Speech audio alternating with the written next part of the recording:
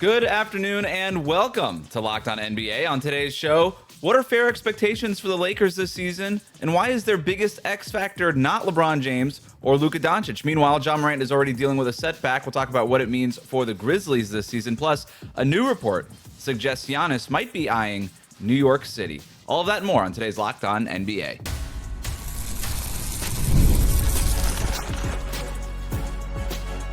You are Locked On NBA, your daily NBA podcast. Part of the Locked On Podcast Network, your team every day. Hello and welcome back to Locked On NBA, however you might be tuning in on YouTube or on your favorite podcast app. Thanks for making us your first listen every day. I'm Wes Goldberg, and we're talking today about what could be the difference between contending and disappointing for the Memphis Grizzlies and why Giannis' future in Milwaukee may still be in question. We're doing it with the help of Locked On's local experts. I have two of the best with me, as always, from the Locked On Nuggets podcast, senior NBA writer for the Action Network. It's Matt Moore. Matt? I may never have Hennessy again. Just general statement. Just may never do that out of spite. Just unrelated to anything else happening in terms of current events. I have independently, for no reason, decided not to enjoy Hennessy again. From the Locked On Bulls podcast, he's also a Bears and Bulls creator for Bleacher Report. Haize, everybody are you on the Hennessy bandwagon? Put down the Hennessy, pick up the Remy Martin. That's what we're doing. How about that? Well, besides sipping on some cognac today, we are going to be previewing the Lakers and the Grizzlies on today's show. We'll start with the Lakers. Luka Doncic, he's in shape. They add DeAndre Ayton over the summer. They still have LeBron James. I don't think there's very much concern about them offensively when you have Luka and LeBron and some of the firepower that they have. But there are fair questions about how good this defense can be. We asked Locked On Lakers to break down the biggest issues on that end. This is Andy Kamenetsky, co-host of the Locked On Lakers podcast, and the biggest question for the Lakers this season will undoubtedly be defense. Can they cobble together a strong enough defense to really be a contender in a very difficult Western Conference? Their best five players, Luka Doncic, LeBron James, Austin Reeves, DeAndre Ayton, and Rui Hachimura, are all offensively oriented players. Their better defensive presences, Marcus Smart, Jared Vanderbilt, Gabe Vincent, all have issues either with health or offensive utility or size or some combination of those issues. The team lacks two-way play in general, other than LeBron James when he is truly dialing things up. The best two-way player on this team might be Jake LaRavia, which speaks to the overall lack of depth along these lines. So that is going to be a question for JJ Redick to try to solve throughout this season. For more Lakers coverage, make sure you're watching Locked On Lakers on YouTube and listening wherever you get your podcasts. Haize, the Lakers are 17th in defensive rating last season. They make a few additions that Andy laid out there. Can they be better than they were last year? Yeah, they can be better than what they were last year. With defense is always that thing, like, if you get a team to completely buy into team defense, you can improve. You could be a right at average or slightly above average if you just get everybody to compete. So yeah, they can be better. But then when you look at the additions that they made, especially DeAndre Ayton, if he really buys in to doing this more simplified role for him, where they don't even necessarily need him to score 18 points per game, but if you can lock into being a rim protector, which you're done a pretty good job at blocking shots. I don't expect you to go out there and be a lockdown, switchable defender, but if you can at least do that, that can improve this Lakers defense quite considerably too. I think they have a clear path on where they can improve at, and they really don't have to improve that much with how efficient their offense can be. What was weird is their defense got better after they traded Anthony Davis for Luka Doncic. Like, that was a very weird thing. And they didn't have centers because I was like, their defense is going to be terrible. And they were pretty good. And I was like, hey, maybe their defense is pretty good. And then they got to the playoffs and it was not very good. So I don't know. I think Ayton and Marcus Smart give them a combo that I think is going to help.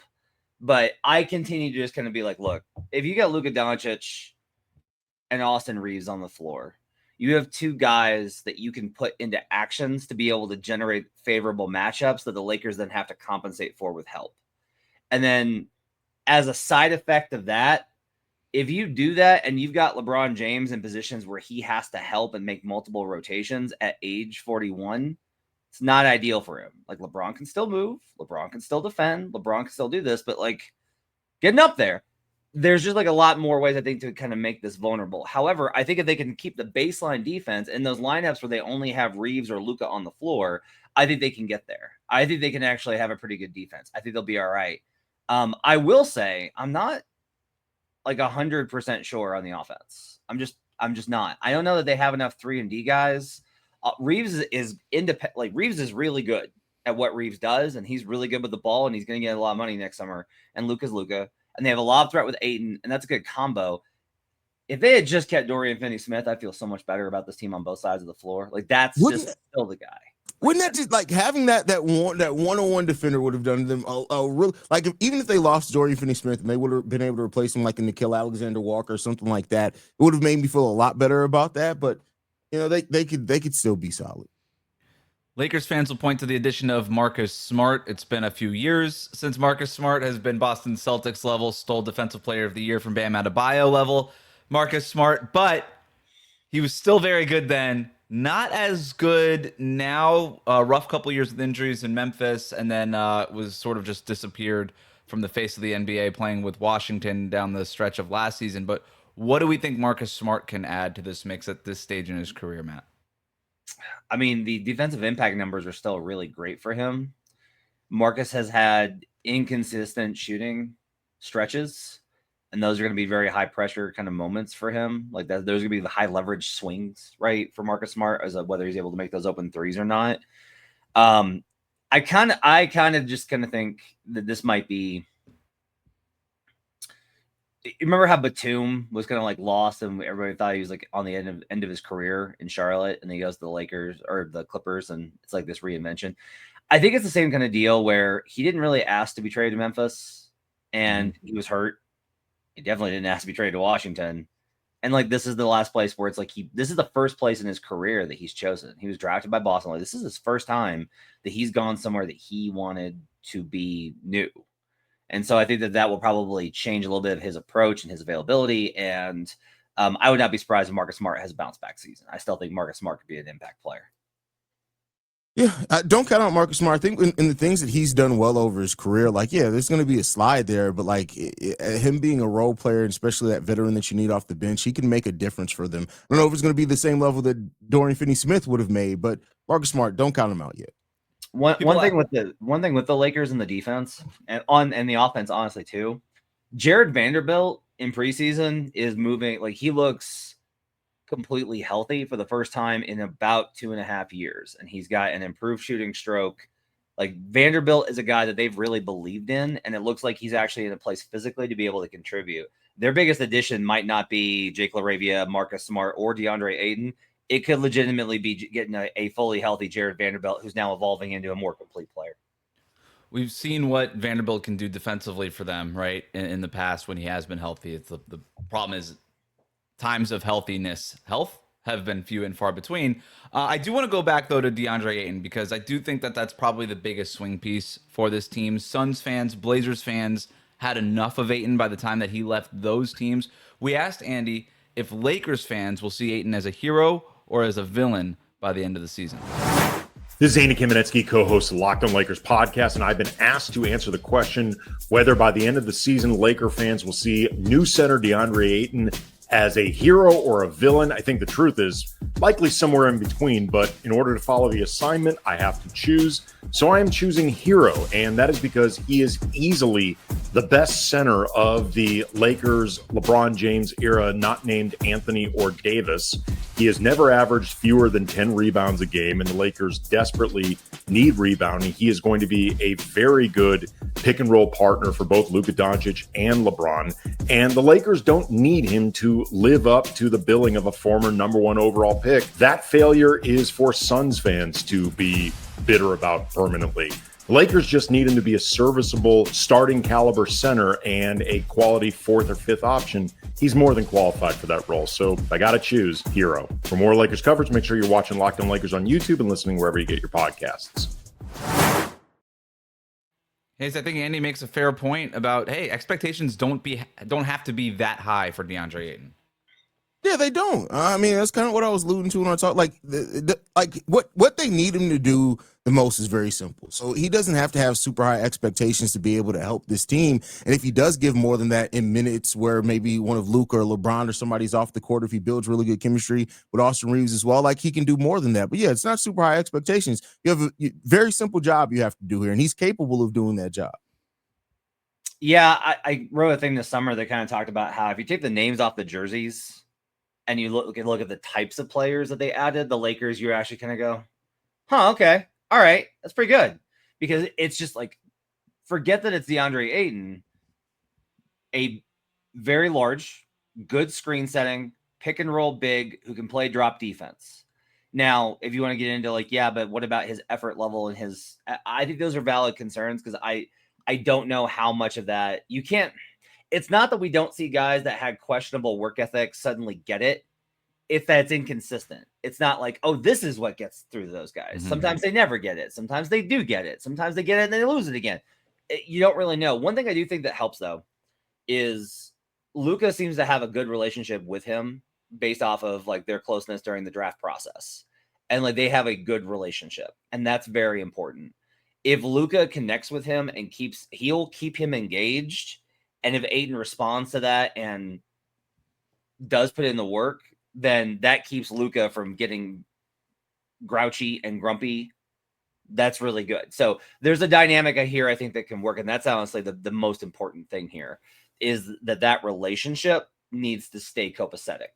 We saw that relationship help when Chris Paul kind of took DeAndre Ayton under his wing, until Chris Paul got to the point where he was sort of fed up with Ayton, and then that relationship went a little south. But you know, the Suns went to the finals that year. We're gonna move on. We're gonna talk about the Grizzlies next, who are already dealing with the prospect of not having Ja Morant here for multiple weeks. What does the host of Locked On Grizzlies think this means for their season? We'll do that next. Today's episode is brought to you by FanDuel. The NFL season is here, and FanDuel has an offer that you're not going to want to miss. Right now, new customers can bet just $5 and get $300 in bonus bets if you win. That's right. Pick a bet, put down $5, and if it hits, you'll unlock $300 in bonus bets to use across the app. I love how FanDuel gives me so many ways to play. I've built parlays, tried player props, and even followed live lines during games. It makes watching football even more exciting when you've got a little bit something riding on the action. Whether you're a casual fan or love diving into the stats, FanDuel makes the game day experience so much better. So what are you waiting for? Visit FanDuel.com to download the FanDuel app today and get started. Thanks again for making Locked On NBA your first listen every day. The best way to support the show is to hit that subscribe button on YouTube. As we talked about yesterday, Ja Morant considered week to week with a sprained ankle that he sustained in practice this week. Before the injury, we asked Joe Mullinex of Locked On Grizzlies what the biggest question facing Memphis is this season, and he pointed to Morant's availability. The biggest question for the Memphis Grizzlies this coming season: which Ja Morant is the real Ja Morant? I'm Joe Mullinex of Locked On Grizzlies, and is it the Ja Morant that is capable of being up by 20-some points against the Oklahoma City Thunder? Or is it the Ja Morant that isn't able to stay on the court? Is it the Ja Morant who's explosive enough and amazing enough, flying through the air with the greatest of ease, to be a player that can capture the minds and the imaginations of young people? Or is it a guy that's going to not be around much longer because he can't take care of himself physically, mentally, whatever the case might be? A lot of narratives fly around Ja Morant, but the reality of the situation is the Memphis Grizzlies have one max contract basketball player on the roster, and that is Ja Morant. If Ja Morant is not playing at an all-NBA level, if Ja Morant is not on the court for more than 65 games this season, it doesn't really matter what happens with the rest of Memphis. Ja Morant is that significant to their success. Matt, Ja Morant's already sidelined. What's it mean? It's fine. I think I had this argument a lot with people about whether or not the Memphis Grizzlies training staff, if they're like horse doctors or real doctors. I have that conversation a lot. This one doesn't bother me. I understand the context of they have no front court. Like, they have no front court. The rebounding last in their preseason game was so atrocious. But when they get the bigs back, and like, this is an ankle injury. Like, guys get sprained ankles. That happens. I'm not freaking out over a basketball player sustaining a tweaked ankle. That happens pretty regularly. If it's a knee, I will freak out. If it's a back, I will freak out. If it's a hamstring or calf, I'll freak out. This, I'm just kind of like, yeah, this happens. It's okay. He'll probably be ready for the season opener, and it'll be okay. But like, look, his impact is going to be limited because the best way to use him, and they realized this when they made all the coaching changes, was they got to get him in pick and roll and just spam that a lot. And he has no one to do that with right now. So this might be a tough start to the season for Ja until they get anybody, one of those bigs back for him to run pick and roll with. Yeah, I mean, Ja they're already dealing with tons of injuries on the front court. The last thing you want to deal with was one of your backcourt as well, but this doesn't seem like anything major. It more so does seem like, they're just being precautious with it. He probably could play sometime in this preseason. I wouldn't be surprised if they labeled it week to week, just to leave him out to the season opener and allow him to fully heal up and to be ready to go by the season. They do not want this season derailed by injuries yet again. And if you need to rest him in the preseason so he's ready to go by the start of the season, I don't think anybody's going to be mad at that. It's preseason basketball. It is what it is. If you having Ja ready to go, especially with all the questions you're still trying to figure out about this roster, you're missing a big piece now. You traded away Desmond Bane. You have to adjust to that. So it's going to be a season of adjustment for them. You need Ja to be fully healthy to do that. So I hear what you guys are saying. But when I get the press release from Memphis and it says week to week for an ankle injury, I don't know. My alarm bells are starting to go off a little bit here. Morant played 50 games last year, hasn't played more than 67 games in a season in his career. He would have qualified for end of season awards just once in his 6 seasons. This is a guy who tends to not be available. Yeah, but I mean, preseason's 2 weeks. So when you hear week to week, if they really do want him to sit out for the entirety 2 weeks of preseason, I mean, yeah, but then you raise questions. Like now you get to say, oh, you play the whole will he, won't he at the start of the season, and he most likely will. Can I think one of the things is important to remember the type of injuries that he has. Like I get worried when a guy has like knee problems or back problems or can't seem to deal with soft tissue because he's compensating in his knees or his back or his hips. But like Ja had a mental meltdown, right? Got suspended, was not with the team because he was suspended, came back, suffered a torn labrum, which is, I'm not a doctor. I don't think that the labrum is close to the ankle. Is it, Wes? Are you with your medical? Google what a labrum is right now. So I think it's your shoulder. So yeah, they're not related, right? Yeah. And that's my only thing here is like if there's a bunch of random injuries, I just think that instead of that being like, yeah, he's injury prone, I don't worry about guys who are injury prone with random stuff. I worry about guys that have repetitive issues with things central to basketball. And that distinction is very important to me. Again, the minute that I read like Ja's dealing with knee soreness, that's when I'm like, oh God. So with Morant's sideline last year, Jalen Wells, as a rookie, stepped up. He was one of the Grizzlies' most surprising contributors. And among their best young players, we asked Joe Mullinax about those young players and who needs to step up potentially this season. And this is what his answer was. Which young Memphis Grizzlies player doesn't get talked about enough? It's probably the one that had one of the most ho-hum, best pound-for-pound players in a draft class seasons we can remember in some time. I'm Joe Mullinax of Locked On Grizzlies, and Jalen Wells was a second-round pick that earned first-team All-NBA rookie honors. He's a guy that defended the best offensive weapon on opposing teams. He's a guy that had great range from beyond the arc until he hit the proverbial rookie wall very hard. And yet, there are so many doubting what Wells is capable of. I can tell you one person who's not doubting what Wells is capable of, Zach Kleiman, Memphis Grizzlies general manager, who made the Desmond Bane trade with the Orlando Magic in part because of the belief that he has in what Jalen Wells can be in Tuomas Isolo, new Grizzlies head coach system. Wells is going to have lots of defensive help that he hasn't had before. Wells is going to have a larger offensive role. He's the guy who is going to show whether or not last season was for real. Is Jalen Wells the guy that needs to step up now, Matt? I don't know that he can do it like that. No, no, because he's not Ja, right? It's Ty Jerome. I think is going to go nuts here. It's him and Scottie Pippen Jr. as ball handlers. They'll have a wild start here with handling the ball. this season, and I think they will play pretty big roles here.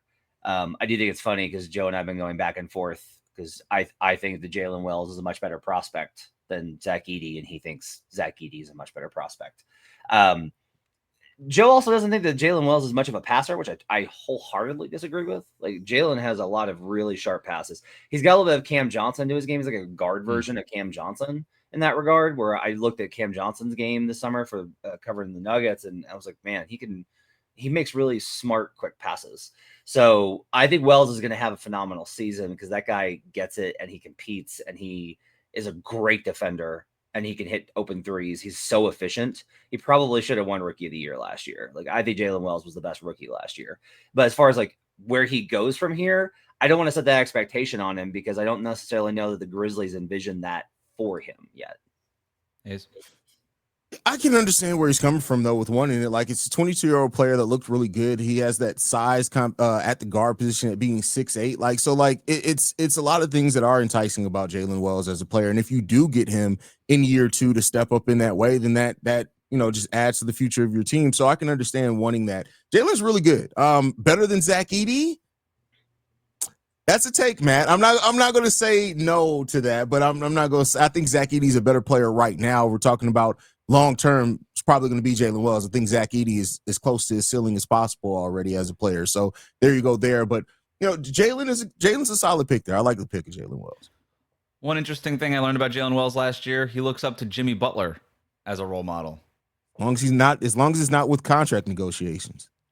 Or maybe it should be. Jimmy Butler tends to get what he wants. I don't know. We're going to move on. We have another report here that says Giannis may still be considering his future outside of Milwaukee and that his next big decision could come before the trade deadline. That's coming up next.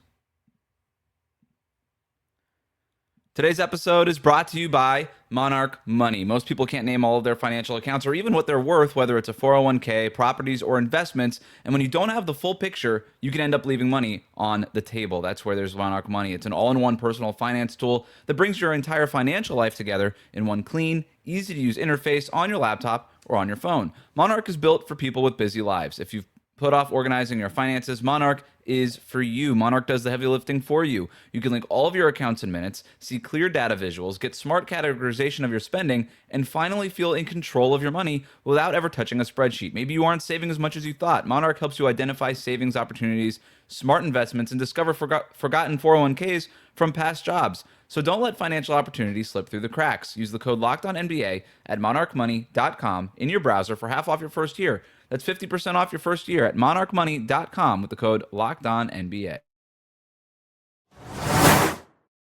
Thanks for listening to Locked On NBA. Locked On Podcast Network has a show for every team, so check out Locked On Lakers and Locked On Grizzlies for more on today's teams that we previewed. You might also want to check out Locked On Bucks, considering we have a new report that says Giannis' future in Milwaukee may still be in question. This is according to Shams Charania from ESPN, who wrote this morning that the Bucks and Knicks held brief trade talks about Giannis earlier this summer, though he did add nothing material came from those conversations. But he did also report that Giannis will keep his options open depending on how the Bucks start the season.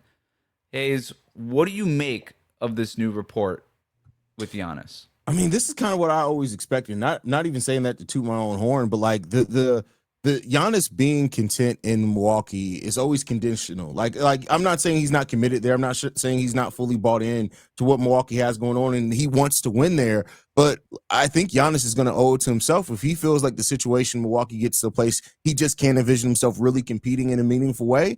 He's going to want out, and that may come still further 2-3 years down the road. But I do think it's eventually going to happen. They made moves this offseason, and they were aggressive. And I think Giannis appreciates the fact that they were out to improve this roster and did what they felt was needed to improve this roster. And he's going to see it out and see where it goes. He's going to compete his hardest to get it done. But if this team ends up not making the playoffs, not making it out the play-in, getting embarrassed in the first round, that clock starts ticking every time that happens again, and you're back on the clock looking at what you do in every offseason. So especially if it's a team like the Knicks, we know that they're going to keep monitoring this until Giannis retires, so there's always going to be that chance there.